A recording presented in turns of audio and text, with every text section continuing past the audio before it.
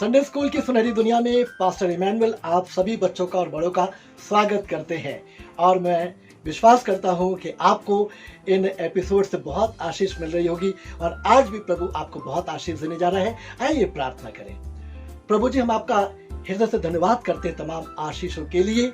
आज के Sunday school के प्रोग्राम को आपके हाथों में देते हैं प्रभु, हमारी सहायता कीजिए, सुनने वालों को बड़ी आशीष दे प्रभु, और इस पूरे संडे स्कूल के द्वारा आपके नाम को बड़ी महिमा मिले, क्योंकि प्रभु आप आदर, महिमा और स्तुति के योग्य हैं। प्रभु यीशु मसीह के नाम से मांगते हैं, आमीन। हालेलुया। एक गीत हम गाएंगे और वो है यीशु का राज बड़े जाल के समान कहाँ डाला गया?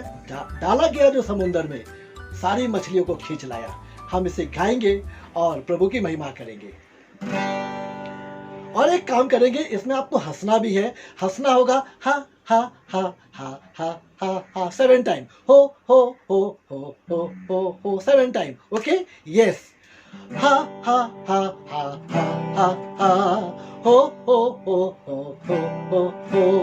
यीशु का राज बड़े जाल के समान, यीशु का राज बड़े जाल के समान, डाला गया जो समुंदर में, डाला गया जो समुंदर में, सारी मछलियों को खींच लाया, सारी मछलियों को खींच लाया।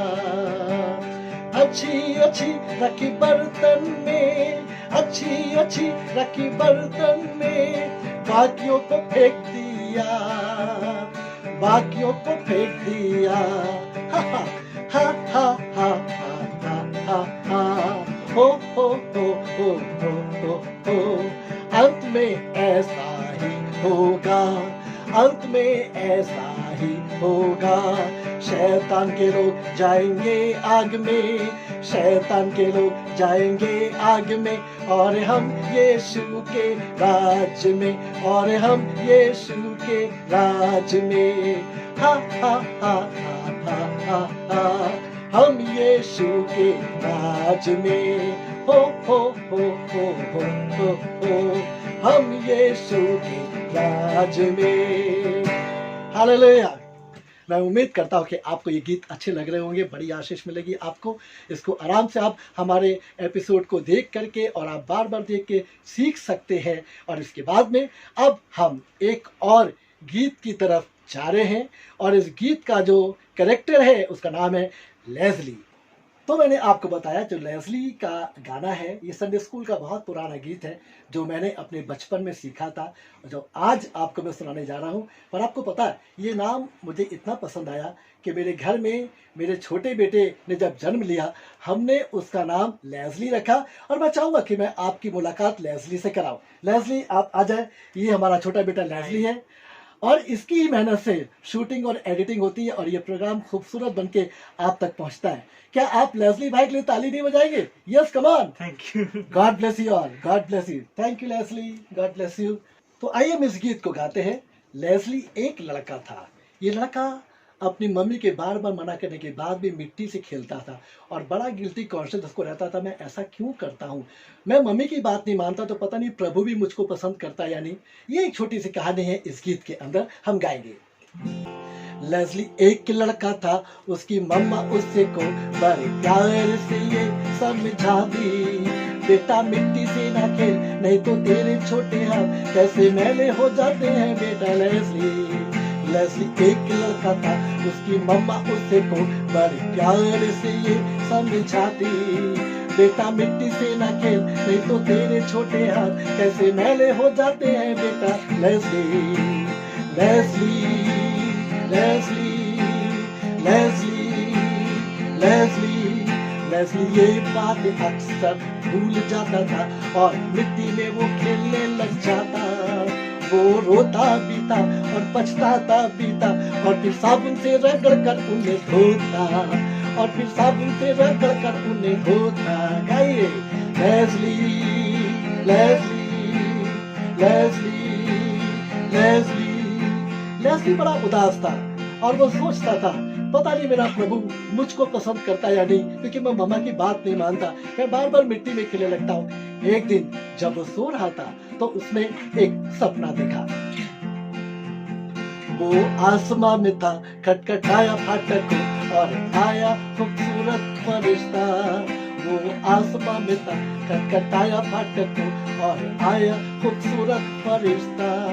बोला लेस्ली तेरे हाथ कितने मैले क्यों ना हो, प्रभु तेरे सुंदर हृदय को है देखता। प्रभु तेरे सुंदर हृदय को है देखता। इस पर खुशी से भर आया छोटा लेस्ली, इस पर खुशी से भर आया छोटा Leslie. Come on Leslie, Leslie, Leslie, Leslie. Hallelujah. मैं विश्वास करता हूँ यह आपको गीत बहुत अच्छा लगा होगा। और अब ये समय आ गया है कि हम कहानी की ओर चलें। आज की कहानी जो मैं आपको सुनाने जा रहा हूँ, ये एक ऐसे राजा की कहानी है जिसका नाम है दारा। हमारे हिंदुस्तान में भी एक पहलवान पैदा हुए थे और उनका नाम था दारा सिंह, है ना। तो आपका उसका नाम याद रहेगा इस पहलवान के नाम से, राजा दारा। राजा दारा के दरबार में एक व्यक्ति था और उसका नाम था डैनियल। डैनियल को राजा दारा बहुत प्यार करता था, बहुत ज्यादा प्यार करता था।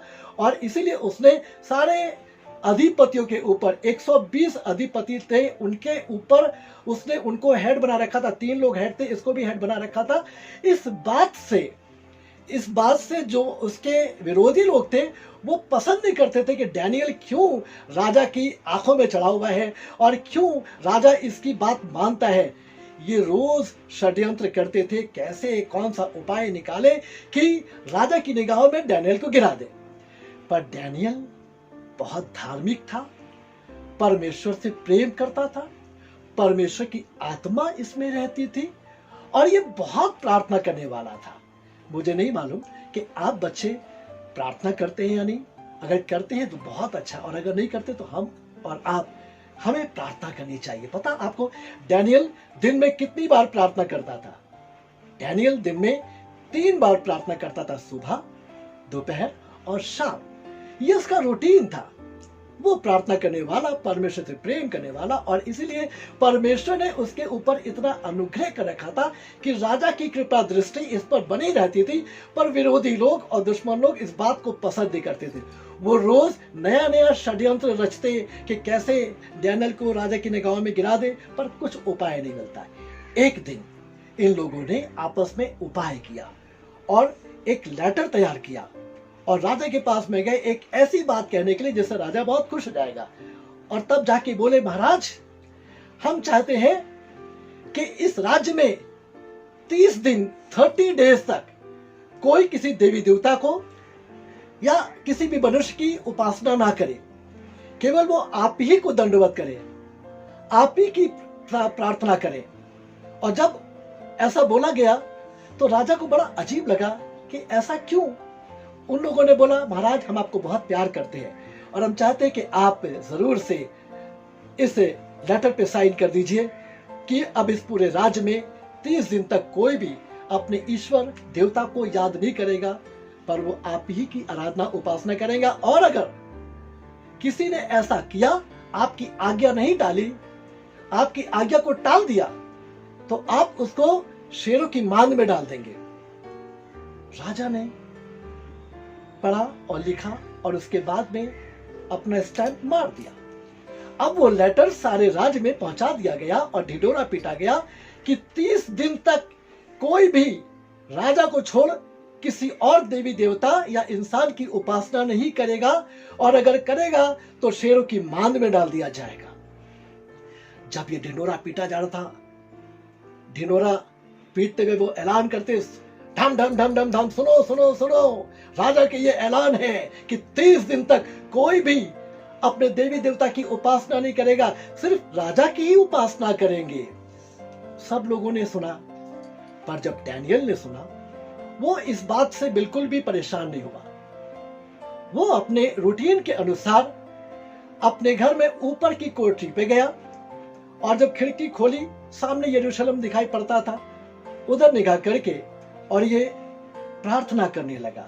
इसने अपने रूटीन को तोड़ा नहीं, क्योंकि उसकी निगाह में प्रभु की इज्जत बहुत ज्यादा थी, इंसानों से भी ज्यादा, और वो उस काम को कर रहा था। विरोधियों को यही तो मौका चाहिए था और वो छिप करके देख रहे थे कि क्या डैनियल ने ये वाली बात मानी कि नहीं मानी, पर डैनियल ने कहा मानी। डैनियल तो जीवते परमेश्वर से प्रार्थना करता है, वो कैसे छोड़ सकता है। और जैसे ही इन्होंने देखा, फौरन पहुंचे राजा के पास। महाराज महाराज क्या हुआ? महाराज, जो डैनियल आप जिसको बहुत प्यार करते हैं, डैनियल ने तो आपकी बात मानी ही नहीं, उसने आपकी आज्ञा को तोड़ दिया। वो तो आज भी अपने ईश्वर से प्रार्थना कर रहा है। तो राजा ने कहा फिर क्या करना चाहिए? आप उसको शेरों की मान में डाल दीजिए, आपकी ये आज्ञा है, इसको बदलिएगा मत। राजा डैनियल को बहुत प्यार करता था, उसने उसके बचाने के बहुत से उपाय सोचे, पर इतना प्रेशर था, राजा की आज्ञा थी जो बदली नहीं जा सकती थी, स्टैंप लगा हुआ था। आखिरकार उन लोग की बात मान करके राजा डैनियल के पास पहुंचा और उसने कहा, डैनियल, तू जिस जीवित परमेश्वर की आराधना करता है, अब वही तुझे बचाए। ये विश्वास था राजा का, लेकिन विरोधियों के आगे वो कुछ कर सकता था नहीं। और तब उसने कहा, डैनियल को शेरों की मान में डाल दिया जाए। जब डैनियल को शेरों की मान में डाला गया, तो आपको पता, शेरों की मान में जो शेर तो वो भूखे थे। और आप सोचे कि अगर शेरों की मान में शेर के आप पिंजरे के पास जाइए और एक मटन का टुकड़ा फेंक दीजिए, शेर लपक के आएगा और खा जाएगा। यहां पर भी भूखे शेर थे।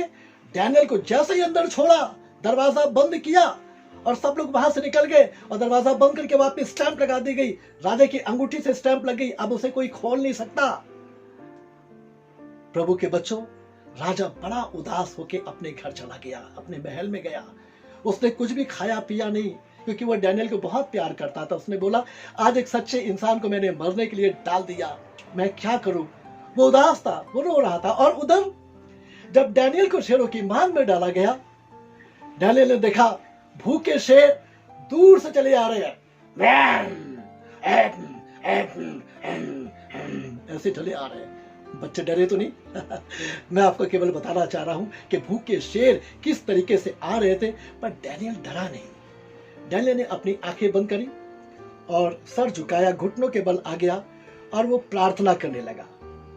वो सिर्फ प्रार्थना कर रहा था, छोड़ के, और प्रभु से प्रार्थना करने लगा। प्रभु, शायद वो यही प्रार्थना कर रहा होगा, तू मेरा जीवता प्रभु है, तू मुझे शेरों की मान से भी बचा सकता। प्रभु, मैं तुझसे ही प्रार्थना करता हूं, मैं तुझसे ही प्रार्थना करता रहूंगा, मेरा तो कोई दोष भी नहीं है, क्यों इन्होंने मुझे शेरों की मान में डाल दिया।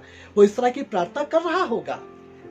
जब उसने आमीन बोला, आंख खोली, तो देखा सारे शेर उसके आसपास दुम हिलाते हुए बैठे थे। उनके चेहरे का गुस्सा चला गया था। वो जिस तरह से खा जाना मांगते थे, वो जिस तरह से आपने देखा होगा मोहल्ले में जो स्ट्रीट डॉग बैठे रहते चुपचाप से, बिल्कुल इस तरीके से शेर, जंगल के राजा, शेर लोग चारों ओर चुपचाप से बैठे अपनी पूंछ हिला रहे थे। पर उन्होंने डैनियल को इतना सा भी नुकसान नहीं पहुंचाया। ये था परमेश्वर का अनुग्रह, ये था परमेश्वर का चमत्कार। और फिर डैनियल आराम से शेरों की मान में था, पर राजा को रात भर नींद नहीं आई। सुबह होते ही, अर्ली इन द मॉर्निंग, सुबह सुबह ये वहां से निकला और शेरों की मान में जाकर के बाहर दरवाजे से चिल्लाने लगा, हे डैनियल, विलाप कर रहा था, रो रहा था, हे डैनियल, हे जीवित परमेश्वर की दास, क्या तेरे परमेश्वर ने तुझे बचा लिया? हे डैनियल, तू कहां है? तू जिसकी उपासना करता, क्या उस प्रभु ने तुझ पर अनुग्रह किया? अंदर से शायद उसको उम्मीद भी नहीं होगी राजा को कि कोई आवाज आएगी, पर अंदर से आवाज आई, हे राजा, तू युगानुयुग जीता रहे, क्योंकि मेरे परमेश्वर ने शेरों के मुंह को ऐसा बंद कर दिया। बल्कि यूं लिखा हुआ है कि मेरे परमेश्वर ने अपने दूतों को भेजकर शेरों के मुंह को ऐसा बंद कर दिया कि उन्होंने मुझे कुछ भी हानि नहीं पहुंचाई। जब राजा को ये वाली बात मालूम पड़ी कि शेरों के मुंह बंद, शेर तो कुछ बोल ही नहीं रहे, तब उसने वो फाटक खोला और बोला कि डैनियल को बाहर निकालो, डैनियल जिंदा है। जब डैनियल को बाहर निकाला गया तो राजा को ये वाली बात मालूम पड़ गई कि किसने चुगली खाई थी और इस बात से राजा को बहुत गुस्सा आया। और तब राजा ने कहा, जितने लोगों ने इसकी झूठी शिकायत करी, जितने लोगों ने चुगली खाई, ये षड्यंत्र रचा कि डैनियल को मार दिया जाए, उनको और उनके परिवार के सभी लोगों को ले आओ और शेरों की मांद में डाल दो। सिपाही लोग गए बच्चों, वो उन चुगली खाने वालों के परिवार के एक एक बड़े और छोटे सबको पकड़ करके ले आए और ला करके शेरों की मांद में डाल दिया। वो शेर जो रात भर से चुपचाप बैठे थे, जिन्होंने डैनियल को छुआ तक नहीं, जैसे विरोधी लोग उस गुफा के अंदर गए, शेरों ने दौड़ करके उनको ऐसा चबाया कि उनकी हड्डी भी नहीं छोड़ी, सबको खा गए, सारे विरोधी समाप्त हो गए, पर डैनियल को कुछ भी नुकसान नहीं हुआ। तब राजा ने कहा, पूरे देश में ऐलान कर दो कि सब लोग डैनियल के परमेश्वर की आराधना और उपासना करें, क्योंकि वो महान है, वो बड़े बड़े काम करता है, वो विपत्ति से छुड़ाता है, वो प्रार्थना को सुनता है। इस तरह का ऐलान किया गया बच्चों। पर डैनियल को कुछ भी हानि इसलिए नहीं पहुंची क्योंकि वो परमेश्वर से प्रेम करता था और परमेश्वर से प्रार्थना करता था। आज बहुत से बच्चे अगर प्रार्थना करने में आप कंजूसी करते हो तो आपको बता दें, बड़े बड़े चमत्कार आपके जीवन में होंगे। आप प्रार्थना करिए। प्रार्थना का मतलब है you are talking with God. और परमेश्वर से बात करना किसको नहीं अच्छा लगता। आप जब प्रार्थना करें, देश के लिए प्रार्थना करें, अपने मम्मी डैडी के लिए प्रार्थना करें, आप प्रार्थना करें, मरीजों के लिए प्रार्थना करें, आप प्रार्थना करें, अपने जीवन के लिए प्रार्थना करें, आप पास्टर इमैनुअल के लिए प्रार्थना करें, लेस्ली भाई के लिए प्रार्थना करें जो आपके लिए इतनी मेहनत करते हैं। और आप जब इतनी प्रार्थनाएं करेंगे तो आप यकीन जानिए, आपकी प्रार्थना के द्वारा परमेश्वर बड़े बड़े चमत्कार करेगा और आपके जीवन पे आशीषें लेके आ जाएगा। आपका जीवन आशीषों से भर जाएगा। इसलिए बच्चों, आज हमने इस बात को सीखा, प्रार्थना करने वाले के विरोध में कितने भी लोग क्यों ना हो, पर परमेश्वर अपने दूतों को भेज करके दुश्मनों को मुंह को बंद कर देता है। दुश्मनों के मुंह को ऐसा बंद कर देता है कि वो बिल्कुल भी नुकसान नहीं पहुंचा पाते, क्योंकि लिखा हुआ है परमेश्वर के वचन में कि परमेश्वर के डरवैयों के चारों ओर उनका दूत छावनी किए हुए उनको बचाता है। हालेलुया। तो आज हम इस कहानी के द्वारा सीखते हैं कि हमें प्रार्थना योद्धा बनना चाहिए, प्रार्थना करने वाले बने और परमेश्वर से प्रेम करने वाले बने और बड़ी बड़ी मुसीबतों को अपने करीब तो आते देखेंगे पर कोई आपका नुकसान नहीं पहुंचाएगा, क्योंकि हम डैनियल की तरह प्रार्थना करने वाले और परमेश्वर से प्रेम करने वाले। हालेलुया। तो आइए हम प्रार्थना करें, अपने सरों को झुकाएंगे और आज ये वादा करेंगे कि प्रभु हम पर अनुग्रह करे।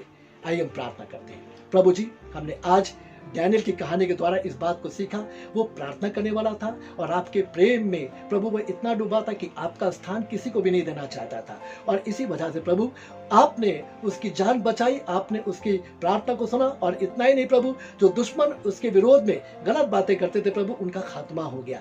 आज प्रभु यीशु हम प्रार्थना करते इन बच्चों को और जो बड़े सुन रहे हैं इस प्रोग्राम को, हमें एक ऐसा प्रार्थना योद्धा बना कि हम अपने लिए, अपने परिवार के लिए, अपने चर्च के लिए, अपने मोहल्ले के लिए, अपने देश के लिए, दुनिया के लिए प्रार्थना करने वाले बने, ताकि आपके बड़े बड़े चमत्कारों को हम अपने जीवन में देखने पाए। प्रभु एक एक जन को बड़ी आशीष दें। प्रभु यीशु मसीह के नाम से इस प्रार्थना को मांगते हैं, सुनिए और दया से ग्रहण कर लीजिए। और प्रभु के लोग ऊंची आवाज में बोले आमीन, आमीन, आमीन।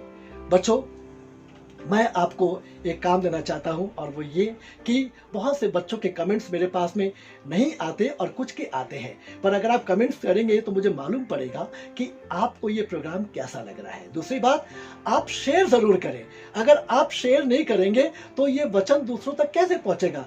आप जल्दी जल्दी बहुत से लोगों को शेयर करिए ताकि इस कहानी के द्वारा बहुत से लोगों को आशीष मिले और उनके जीवन में परमेश्वर का चमत्कार होने पाए। और लाइक भी करें और सब्सक्राइब भी करें। जो बच्चे सब्सक्राइब कर चुके हैं वो ना करें, पर जिन्होंने नहीं किया आप जरूर से करें ताकि प्रभु आपको बड़ी आशीष दे। इसलिए अगली बार हम फिर बहुत जल्दी आपसे मुलाकात करेंगे। तब तक के लिए God bless you, praise the Lord, hallelujah.